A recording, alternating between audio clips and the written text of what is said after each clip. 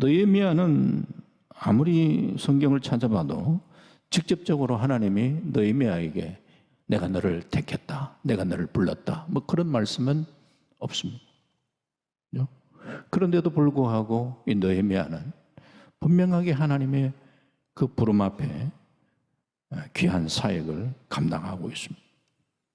하나님의 그 부르심, 직접적으로 찾아오시는 경우는 정말 드물죠. 드물. 느헤미야에게 있어서는 어떤 모습이냐 하면은 하나님께서는 특별히 느헤미야에게 남다른 이 부담감을 하나님이 허락하셨다, 이렇게 보아집니다.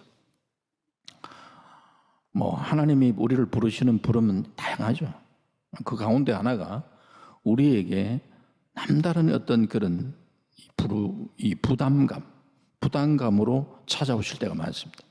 어떤 사람은 주일학교 아이들에 대한 특별히 남다른 부담감을 가지신 분도 계시고, 동부교회 같은 경우에 이미 돌아가셨지만 옛날에 참 오랜 권사님이나 이런 분들이 주일학교 아이들에 대한 다 뜨거운 사랑을 가지고 애들 막 사랑하시고, 늘 보면 포켓에는 막 사탕이나 이런 걸 가지고 애들 보면 막 너무너무 이뻐가 갖고 있는 사탕을 주고, 그렇게 하면 사랑을 그렇게 참 전달하시면서 주일학교를 섬겼 그런 분들도 계시고 그래요. 그리고 어떤 분들은 보면은 청년들 바라보면은 막 이렇게 가슴이 뛰고, 청년들이 사랑스럽고, 막 이 청년들 보면은 뭔가 좀 해주고 싶고, 이런, 다 그런 게 아니잖아요. 다 그런 게 아니에요. 청년들에 대한 하나님의 특별한 부담감을 주셨잖아요. 그게 하나님의 나의 부르심이 거기에 있다라는 걸 한번 확인할 필요가 있는 거예요. 하나님께서 각자 나름대로 부담감을 주신 분도 계시고, 또 그분과 같이 협력하면서 또 주의 귀한 사역들도 감당을 하게 되는 그런 경우도 또 이어지고 있다, 이렇게 생각되어지는데, 어쨌든 간에 이 느헤미야는 하나님이 그 민족에 대한 특별한 마음의 부담감을 하나님 허락하셨어요. 이 느헤미야는 페르시아의 아닥사스다 1세에 아주 그 여러 궁 가운데 가장 아름답기로 소문난 이 수상궁에, 거기에서 술 따르는 관원으로 역할을 감당하고 있었어요. 술 따르는 역할을 한다니까 우습게 얘기할 게 아니고, 당시 왕은 최고의 권력을 갖고 있는데, 그러나 늘 보면은 살해의 그 위협을 느끼고 있잖아요. 그렇기 때문에 자기가 먹는 음식에 관한 거기에 대해서는 절대 신임을 하는 사람을 세워야 되잖아요. 그래서 술 맡은 우리 요셉 때도 그렇잖아요. 떡 굽는 관원장, 술 맡은 관원장, 이런 사람들은 이 권세가 대단한 거예요. 요즘 같으면은 대통령, 비서실장 이런 정도의 어떤 늘 왕과 독대하는 그런 위치에 있는 사람이에요. 굉장한 사람이에요. 이 영향력 있는 그런 자리에 있는 거죠. 이때에 동생 하나니로부터 시작해서, 동생이 이제 고향에 그 예루살렘으로 갔다가, 그 예루살렘이 지금 현재에 참 너무너무 피폐하고 너무 어려운 그런 상황을 이게 전해 듣게 되는 거죠. 그 얘기를 듣게 되었을 때에 슬퍼하고 수심에 가득하고, 그러면서 이제 기도를 하고 때를 기다리는, 그게 이제 느헤미야의 모습인데, 우리가 이런 얘기를 하잖아요. 외국 나가면 다 애국자가 된다. 외국에 나가가지고 본국 소식을 듣게 되면, 본국에 좋은 일을 따르면 아이고 잘 됐다. 본국에서 좀 좋지 않은 일을 하면 아이고 어떡하냐. 그런 정도는 다 합니다. 그 정도의 애국은 다 해요. 하지만 느헤미야는 그 정도가 아니고, 본국의 어려운 상황 얘기를 들었을 때에 너무 안타까워서 그냥 기도한 것이 아니라 금식하며 기도한 거예요. 우리가 외국에 나가 있으면서 조국의 안타까운 그런 얘기를 들으면 아이고 안 됐다, 어떡하나, 나라가 잘 돼야 될 텐데, 이 정도가 아니라 나라가 어렵다는 얘기를 듣고 바로 금식 기도한다. 그게 쉬운 일이 아니에요. 사실은 남다른 이 느헤미야가 자기 민족에 대한 하나님이 주시는 나름대로의 부담감이 있다는 거죠. 예. 그렇게 기도하면서 때를 기다리는. 그랬을 때 하나님께서 기회를 주시는 것이죠. 사무엘을 보면은 기도하기를 쉬는 죄를 범하지 않겠다 이렇게 얘기하잖아요. 누구나 다 그런 마음 먹는 게 아니에요. 기도 안 하는 게 죄다? 여러분 과연 그런 마음이 듭니까? 기도 안 할 수도 있지 뭐. 기도 뭐 내만큼 우리도 해봐라. 뭐 다른 사람 보니까 기도 이건 뭐 늘 안 하대? 나는 그래도 그렇게 계속 기도하잖아. 이렇게 생각하기가 쉽지. 기도 안 하면 야 기도 안 한 내가 죄를 범했구나. 하나님 내가 기도하지 못한 그 죄를 범했으면 이렇게까지 되기가 어렵습니다. 이거는 사무엘에게 특별히 하나님께서 주신 기도에 대한 부담감을 그에게 주었고 내가 기도하지 않은 하나님이 특별한 나에게 이 기도의 사명을 주셨는데 이 사명을 감당하지 않는 것이 죄라는 것을 사무엘은 그게 느끼는 거예요. 그게 사명이지. 느헤미야는 기도하면서 왕의 허락을 받아가 총독 자격으로서 예루살렘에 가서 성벽 재건의 그 작업을 하게 되는 것이죠. 그런데 아무리 귀한 하나님의 일이라 할지라도 내가 내가 이 주의 일을 하는데 내가 이렇게 헌신하는데 내가 헌신하고 내가 수고한다고 다 사람들이 나를 알아주는 게 아니에요. 거기에다가 안 알아주는 그 정도는 괜찮은데 사단 마귀가 주의 일을 하는 걸 이걸 좋아하겠냐? 싫어하죠. 방해하는. 오늘 본문에 쭉 보면은요, 특히 산발락, 도비야 이런 사람들, 이런 사람들이 막 이렇게 방해를 하는.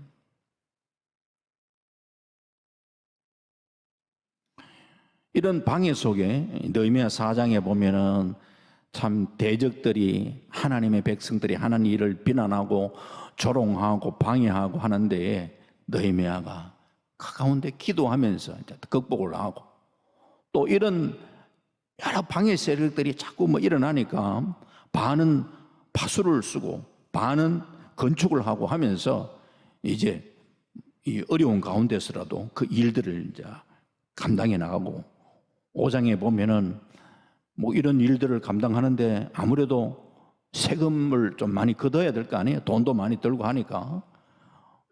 안 그래도 여러 가지 어려운데 자꾸 세금 거두고 그렇게 하니까 백성들이 원성이 사고 또 그러면 조금 여유가 있는 사람들이 조금 더 내놓고 하면 좋을 텐데 아니 어려운 가운데서 우리 자꾸 우리 보고 자꾸 부담하라고 하냐. 그 사람들은 그 사람대로 또 불만을 털어내놓고 이런 여러 가지 어려움들을 상황 속에 느헤미야가 그래도 기도하면서 이렇게 지혜롭게 잘 감당을 해나가는 이런 가운데 드디어 오늘 본문에 이렇게 등장을 하는 게 성문에 문짝을 달면 되는 거의 이제 끝 마무리되는 시점에 왔다 이 말이에요. 오늘 1절 말씀 보니까. 하지만 끝까지 우리가 주의를 하는 데는 방심하면 안 돼요. 마귀는 우는 사자와 같이 우리를 넘어뜨리려고 한다고 하잖아요. 조심해야 돼. 문짝만 달면 이제 된다. 야, 이제 끝났구나. 이렇게 방심하면 큰일 나는. 다윗도 보면은 사울에게 쫓겨다니면서 고통당하고 그렇게 할 때에 하나님을 의지하고 그때에 쫓겨다니는 시절에 많은 시편을 남겼어요. 영성이 그만큼 이렇게 깊어지고 하나님을 더 자꾸 의지하게 되다 보니까 많은 시를 남기고 그러다가 나라장아가 안정이 되고 조금 태평성대가 좀 이렇게 찾아왔구나 하면서 약간 마음에 여유가 생기고 늦잠 자고 그러면서 어슬렁거리다가 보니까 이 예루살렘 거기는 이 지역 자체가 이렇게 등성으로 이렇게 돼가 집들이 보면 위에 집에서 이렇게 위에 왕궁에서 보면 더 그렇죠. 밑에서 보면 밑에 그 집들이 하는 거 보이는 그런 구조잖아요. 그 보니까 그게 바세바가 모욕하는 바세바를 가지고 이 바세바가 유혹했는가? 그런 건 아닌 거. 바세바가 볼 때에 아마 이 성경 정황으로 볼 때는 나름대로 본인은 본인대로 율법의 어떤 정결 의식을 가졌던 거죠. 예, 여성의 생리가 끝나고 나면 레위기서에 보면은 이 정결 의식을 가지도록 그런 어떤 어쨌든 바세바가 모욕하고 있는 그 모습을 보고 그랬으면 그거로 봤으면 끝나는데 이 자꾸 우리가 깊이 그걸 또 묵상을 하고 예. 그러면서 이제 사고를 치는 거예요. 사고를 치는 거예요. 우리가 참 생각을 잘 다스려야 돼요. 그런 얘기를 많이 듣잖아요. 새가 우리가 머리 위로 날아다니는 거는 어떻게 할 수 없지만서도 둥지를 트는 그거는 우리가 막아야 되지 않느냐. 수 없는 많은 생각들이 왔다 갔다 하는데 그 많은 생각들 속에 우리가 그 불필요한 그런 어떤 생각들 그걸 자꾸 묵상하면 이게 사고를 친다는 거야. 사고를 친다. 그러니까 바세바를 범하게 되네. 조금 여유가 생기고 이럴 때 조심해야죠. 요셉 보디발의 집에 팔려가 고생을 많이 해. 차츰 이제 인정을 받고 좀 숨 좀 돌릴만 하는데 그 보디발의 또 유혹을 또 받게 되고 또 어려움을 겪게 되고 그래서 전도서 7장 14절에 이런 말씀이 있습니다. 형통한 날에는 기뻐하고 공고한 날에는 되돌아보아라. 지난 성경에는 생각하라 하네요. 좀 한번 돌아보아라 하네요. 돌아봐라. 공고한 날에 이 두 가지를 하나님이 병행하게 하사 사람이 그의 장래일을 능히 헤아리 알지 못하게 하셨느니라. 인생에는 형통한 날이 있고 공고한 날이 있어요. 형통한 날에 우리가 기뻐하는 거 그 어렵지 않죠. 형통한 날에 기뻐하고 즐거워하는 문제는 공고한 날. 이것이 병행한다는 거예요. 인생에. 이 공고한 날에는 돌아볼 줄 아는 지혜가 필요한 거예요. 때로는 우리의 탐욕으로 우리의 연약한 부분이 있잖아요. 그렇게 접근이 올 그때에 우리가 단호하게 NO 할 수 있어야 돼요. 민수기 22장에 보면은 모압 왕 발락이 발람 선지자에게 은금을 막 가득 주면서 이스라엘을 좀 저주해달라고 부탁을 하잖아요. 그렇게 이제 처음에는 선지자가 하는 얘기가 내가 하나님 시킨 대로 하지 내가 이런 돈 주고 이렇게 물질로 한다고 해가지고 내가 다른 말 할 수 있겠냐. 말은 그렇게 하는데 이 모압 왕 발락이 더 많은 재물을 가지고 와가지고 유혹을 하는 거예요. 야, 이스라엘 한번 저주 한 번만 해달라. 그러니까 민수기 22장 19절에 보면은 그런 적 이제 너희도 이 밤에 여기서 유숙하라. 여호와께서 내게 무슨 말씀을 더 하실는지 알아보리라. 그러면 여기 잠깐만 너희들 유숙하면서 한번 기다려봐라. 내가 하나님 앞에 또 다시 한번 더 이렇게 기도하면서 하나님이 뭐라고 말씀하시는가 한번 더 들어보겠다는 거예요. 알아볼 일이 아니에요. 벌써 하나님은 벌써 응답을 주셨는데 이 발람 선지자가 재물에 지금 현재 마음이 이렇게 뺏기다 보니까 내가 하나님 앞에 한 번 더 물어볼게. 한 번 더 물어볼 일이 아니고 바로 그냥 단호하게 놓으라고 할 수 있어야 되네.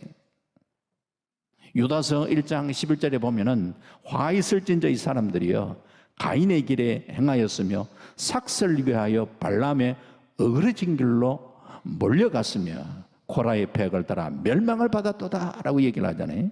이 발람의 어그러진 길로 우리가 몰려가는 그런 어리석은 길을 걸어가지 말아야 돼요. 그러기 위해서는 이사야 26장 3절에 보면 이런 말씀이 있습니다. 주께서 심지가 견고한 자를 평강하고 평강하도록 지키신다. 우리 마음의 심지가 견고해야 돼요.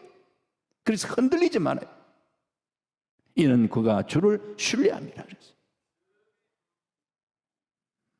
이런 마귀의 유혹이 한 번으로 끝나는 게 아니에요. 오늘 4절 6장 4절에 보면 그들이 4번이나 이같이 내게 사람을 보내되 나는 똑같이 대답하였다. 4번이나 시도했다. 마귀의 유혹은 한 번, 두 번으로 끝나는 게 아니라 반복적으로 계속해서 우리를 유혹한다는 거예요.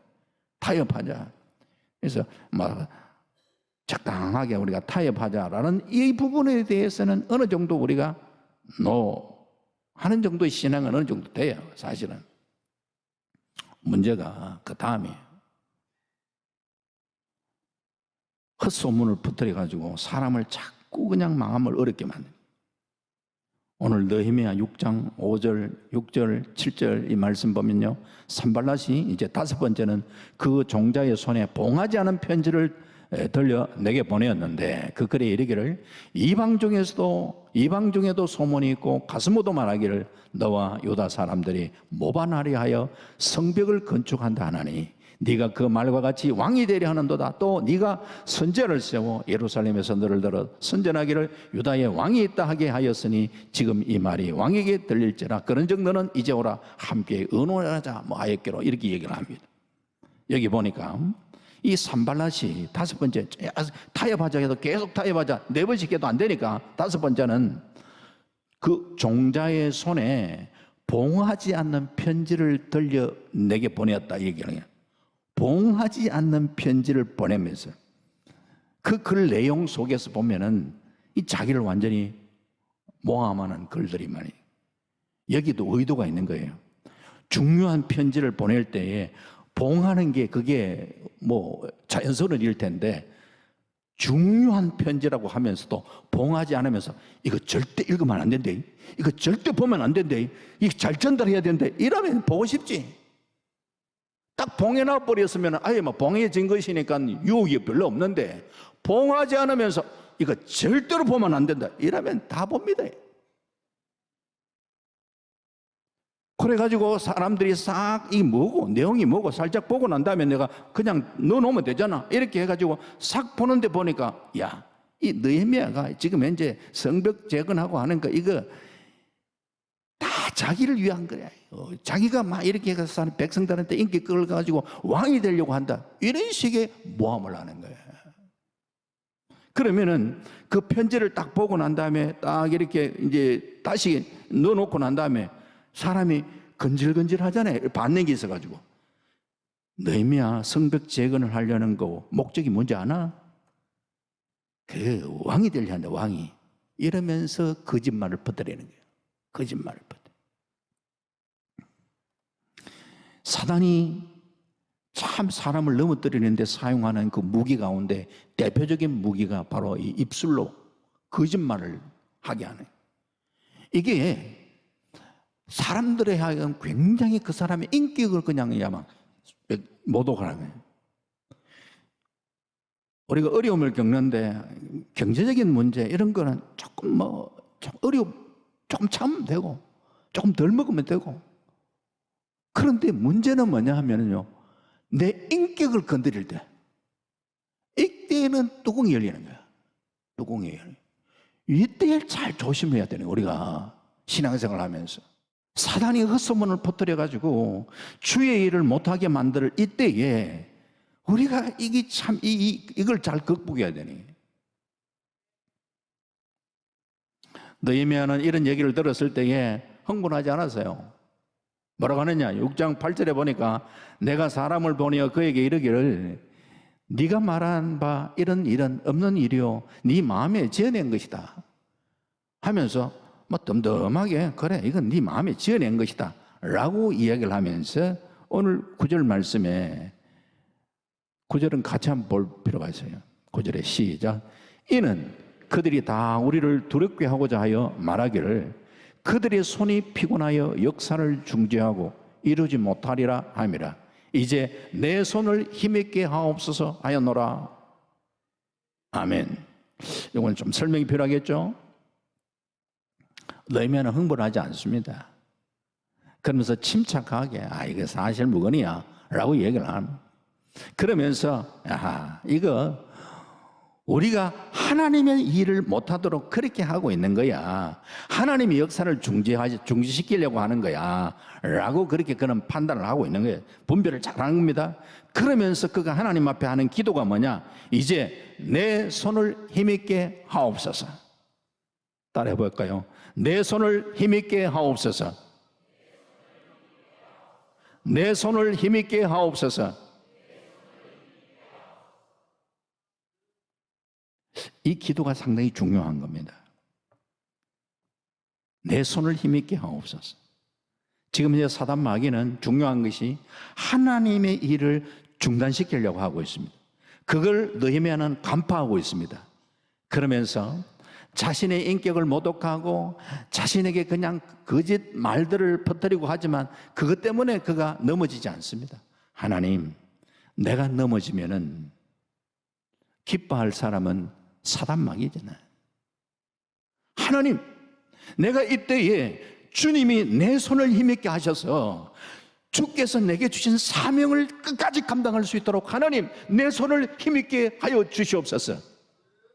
그것은 사명을 붙들고 있는 말이죠. 다시 말하면 그는 자신의 인격의 손상보다도 더 소중하게 여기는 것을 사명으로 여겼다는 거예요. 오늘 우리에게도 그것이 필요한 거예요. 우리는 내 인격 손상되는 거, 내 한마디 그냥 참 나를 공격하는 말 한마디 때문에 넘어지고 그렇게 하는데, 아이고 내가 막 그런 소리 들어도 나는 상관없는데, 중요한 것은 하나님의 일을 방해하는, 하나님의 일을 못하게 하는 거, 이건 안 되지 않나. 하나님, 나는 뭐 좀 그런 소리 들어도 상관없습니다. 하지만 주의 일은 이루어져야 되지 않겠습니까? 하나님이여, 내 손을 힘있게 하셔 주옵소서. 그리하여 하나님이 내게 주신 이 사명을 감당할 수 있도록 하나님 도와주시옵소서. 이게 우리 그리스도인의 사명이 되어야 될 줄 믿습니다. 사도 바울도 참 사도행전 20장 24절에 내가 달려갈 길과 주 예수께 받은 바 사명 곧 하나님의 은혜의 복음을 증거하는 일을 마치려 하면은 나의 생명조차도 조금도 귀한 것으로 여기지 아니하노라 그랬잖아요. 그는 그의 목숨보다도 뭘 중요하게 여기느냐? 사명을 중요하게. 하나님이 내게 주신 사명을 위해서 내 목숨까지, 내 생명도 조금도 귀한 것으로 여기지 않는다라는 이런 자세, 이게 우리 믿음의 사람들에게 필요한 자세라는 거예요. 교회 생활 하다가 특히 우리 앞서 일을 하다 보면요, 많은 말들을 참 듣게 됩니다. 다른 게 아니에요. 많은 말들. 그 말들 때문에 우리가 얼마나 많은 상처를 받는 줄 압니까? 그것 때문에 내가 막 넘어지고 쓰러지고, 아이고 내가 더 이상 이제는 더 이상 뭐 하겠다 이랬다는 거예요. 이거 잘 극복하셔야 됩니다. 극복하셔야 돼요. 하나님, 내 손을 힘있게 하옵소서. 내 손을 힘있게 하옵소서. 오늘 우리가 기도 제목을 바로 그 내 손을 힘있게 하옵소서. 이걸 붙들어야 돼요. 이제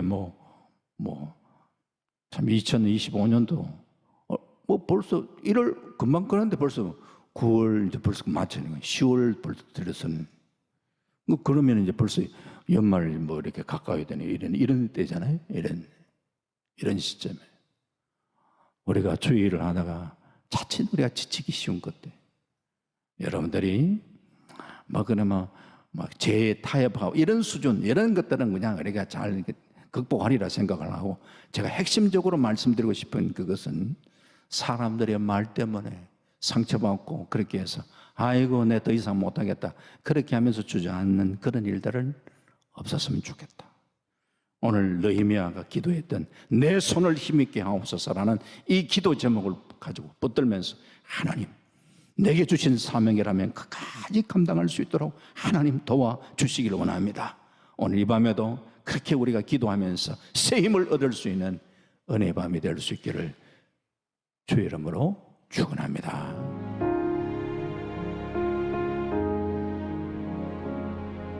지금은 선교 헌금 시간입니다.